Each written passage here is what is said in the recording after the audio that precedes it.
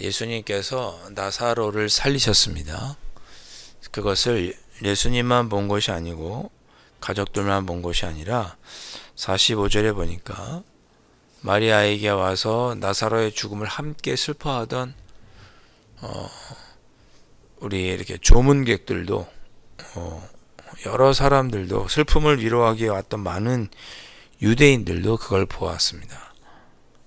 그걸 보고 뭐라고 되어 있습니까? 45절에 그를 믿었으나 이렇게 되어 있습니다. 그러니까 예수님께서 나사로를 살리신 것을 보고 야, 정말 하나님께서 보내신 분이신가 보구나. 최소한 참 선지자시다. 그렇게 예수님을 믿었던 거죠. 예.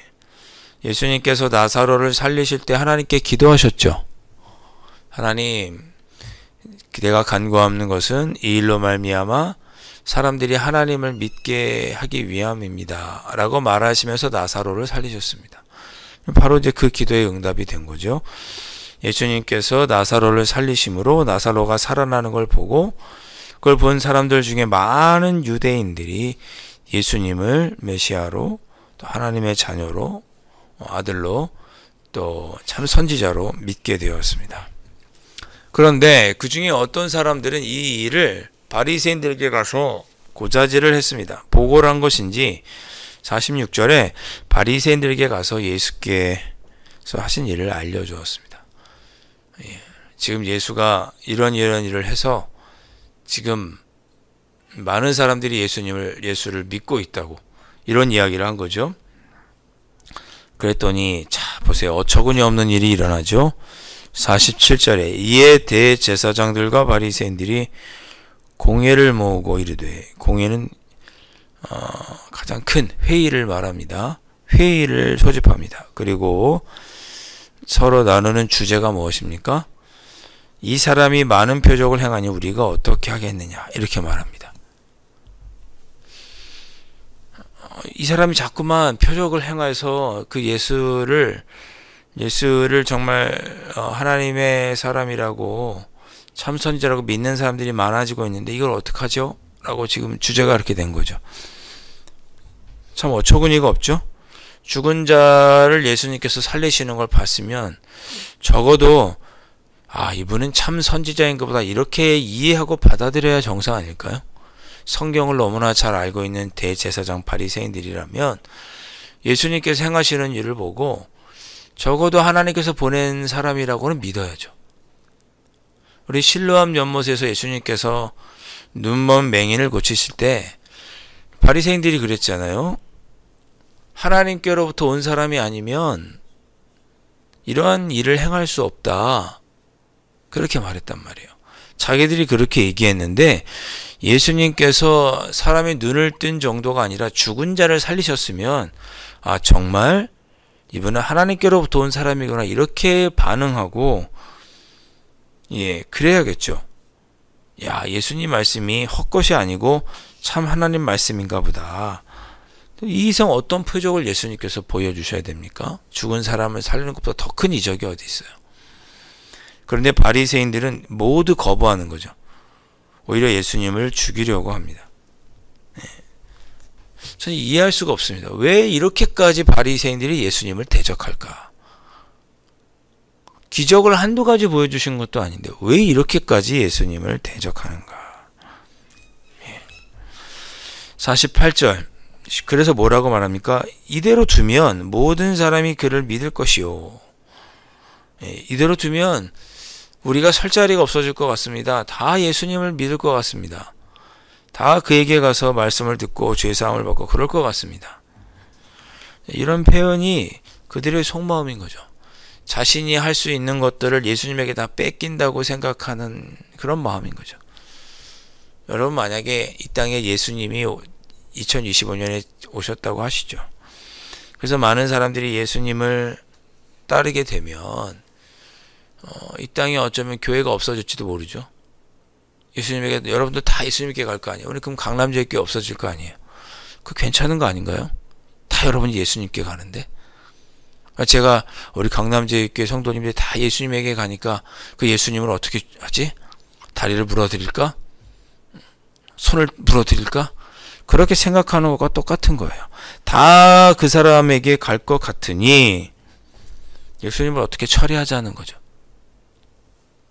48절 그리고 로마인들이 와서 우리 땅과 민족을 빼앗아 가리라 하니 많은 사람들이 예수님을 따르면 예수님을 따르는 무리들이 많아지면 군중들이 예수님을 따르면 로마에서 분명히 심각하게 이 상황을 볼 것인데 그러면 예루살렘을 점령하고 내란을 잠재우려고 이 땅을 밟을 것이 아니냐 이런 걱정도 했습니다. 그들의 마음속에는 이분이 참 메시아이시다, 이분이 정말 구세주이다라는 생각은 단 1도 없습니다. 단 하나도 없어요. 49절 그 중에 한 사람 그의 대제사장인 가야바가 끔찍한 얘기를 하죠. 49절 50절에 보십시오. 한 사람이 백성을 위하여 죽어서 온 민족이 망하지 않게 되는 것이 너에게 유익한 줄을 생각하지 못하는도다. 그러니까 예수만 죽으면 잠잠해질 것인데 너희들이 왜 그걸 생각 못하느냐 이런 얘기지 않습니까? 예. 죽은 사람을 살리고 능력 있는 세례를 베푸고 죄사함의 세례를 베풀고 하나님 나라를 선포하고 많은 이적과 병자들을 고치신 예수님 메시아구나라고 받아들이지는 못할 망정 어떻게 하든지 죽여보자, 한 사람만 죽이면 된다, 이런 이야기를 대제사장이 하고 있습니다.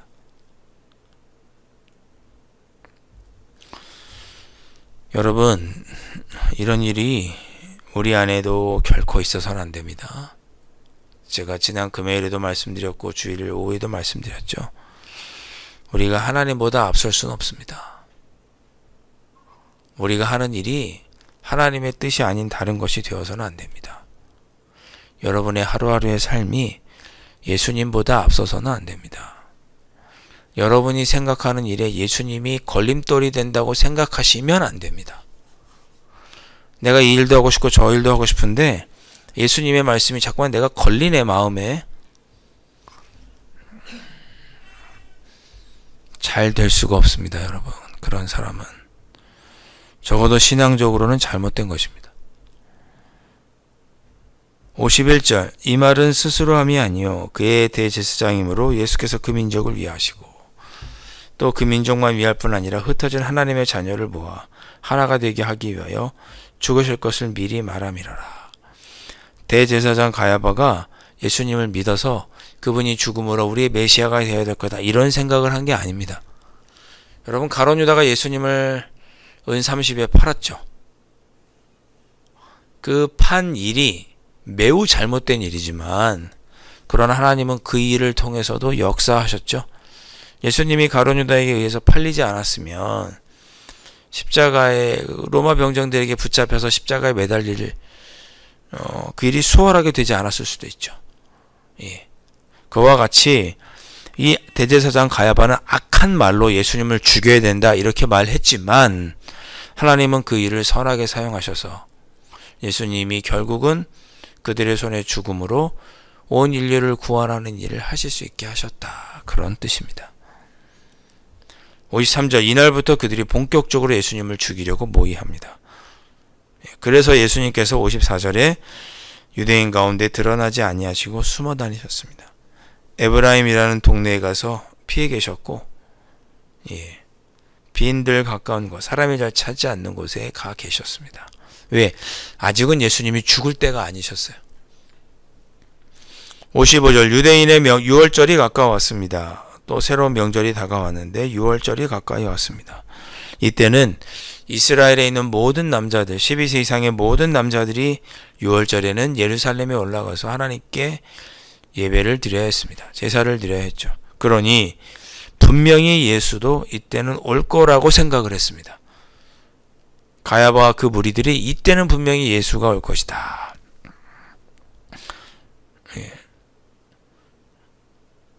그래서 예수님도 유월절 전에 시골에서 예루살렘으로 올라가셨습니다.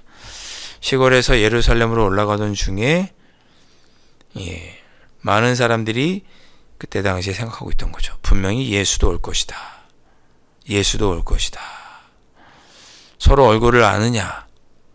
예수가 오면 서로 고발해라. 현상금도 걸고 예수님이 오면 고발해라. 그를 붙잡을 것이다. 여러분, 오늘 우리 기도할 때 오늘 말씀을 가지고 한번 기도하시면 좋겠습니다. 오늘 읽었던 말씀 중에 여러분의 마음에 와닿는 말씀은 어떤 말씀이십니까? 그걸 가지고 기도하시면 좋겠습니다. 저는 대제사장과 바리새인들이 예수님을 알고도 메시아가 아니면 행할 수 없는 일들을 그들이 보고도 예수님을 끝끝내 부인하는 모습, 당시에 하나님의 말씀을 가장 많이 알고 성경을 가장 많이 알고 가장 성전에서 일을 열심히 하던 대제사장과 바리새인들이 자기들의 기득권과 자기들의 유익을 위해서 메시아를 죽이려고 하는 모습이 어쩌면 오늘날 우리의 모습일 수도 있겠다라는 생각이 마음에 와닿습니다. 우리도 예수님을 나에게 끼워 맞추지, 내가 예수님의 생각에 끼워 맞춰주는 일은 하지 않는 거죠. 예수님께서 이쪽으로 가라 했는데 우리는 저쪽으로 가고, 저쪽으로 가는 나를 위해서 예수님의 뜻이 아닌 저쪽으로 가는 일을 하면서 예수님께서 나에게 잘해 주셔야 된다라고 투정 부리고 나에게 예수님이 맞추라고 하는 그러한 모습이 대제사장과 바리새인의 모습입니다. 우리 그래서는 안 되겠죠. 오늘 읽었던 말씀 중에 여러분 마음속에 와 부딪히는 말씀이 있다면 그 말씀을 묵상하시면서 기도하셨으면 좋겠고, 주님, 오늘 하루도 나의 메시아 되시는 예수님의 뜻에 순종하며 살아가는 하루, 제가 살아갈 수 있도록 성령 하나님 도와주옵소서. 그렇게 기도하실 수 있기를 주님의 이름으로 축원드립니다. 기도하겠습니다. 하나님 아버지, 대제사장과 바리새인들, 예수님께서 죽은 자도 살리시는 놀라운 이적을 보고서도 그들은 예수님을 메시아로 받아들이기는커녕 예수님이 자기의 뜻에 합하지 않다고 오히려 예수님을 죽이고자 했습니다. 아버지 하나님, 저희도 이때로 이런 신앙생활의 모습이 있음을 고백합니다. 예수님은 우리의 메시아이시고 우리는 메시아이신 예수님의 뒤를 따라야 하는데, 우리가 우리의 뜻대로 살아가면서 예수님이 우리의 뒤를 따라주기를 바라는 때가 있지는 않았는지, 그렇게 하지 않으신다고 원망하고 불평하고 화가 나고 분노했던 때가 우리에게는 없었는지, 오늘 말씀을 통해 돌아보게 하시고 메시아이신 예수님을 다시 한번 우리가 따르겠습니다 라고 결단하는 은혜가 이 시간에 있을 수 있도록 성령 하나님 인도하여 주옵소서. 예수님의 이름으로 간절히 기도하옵나이다. 아멘. 하늘에 계신 우리 아버지, 아버지의 이름을 거룩하게 하시며 아버지의 나라가 오게 하시며 아버지의 뜻이 하늘에서와 같이 땅에서도 이루어지게 하소서. 오늘 우리에게 일용할 양식을 주시고 우리가 우리에게 잘못한 사람을 용서하여 준 것 같이 우리 죄를 용서하여 주시고 우리를 시험에 빠지지 않게 하시고 악에서 구하소서. 나라와 권능과 영광이 영원히 아버지의 것입니다. 아멘.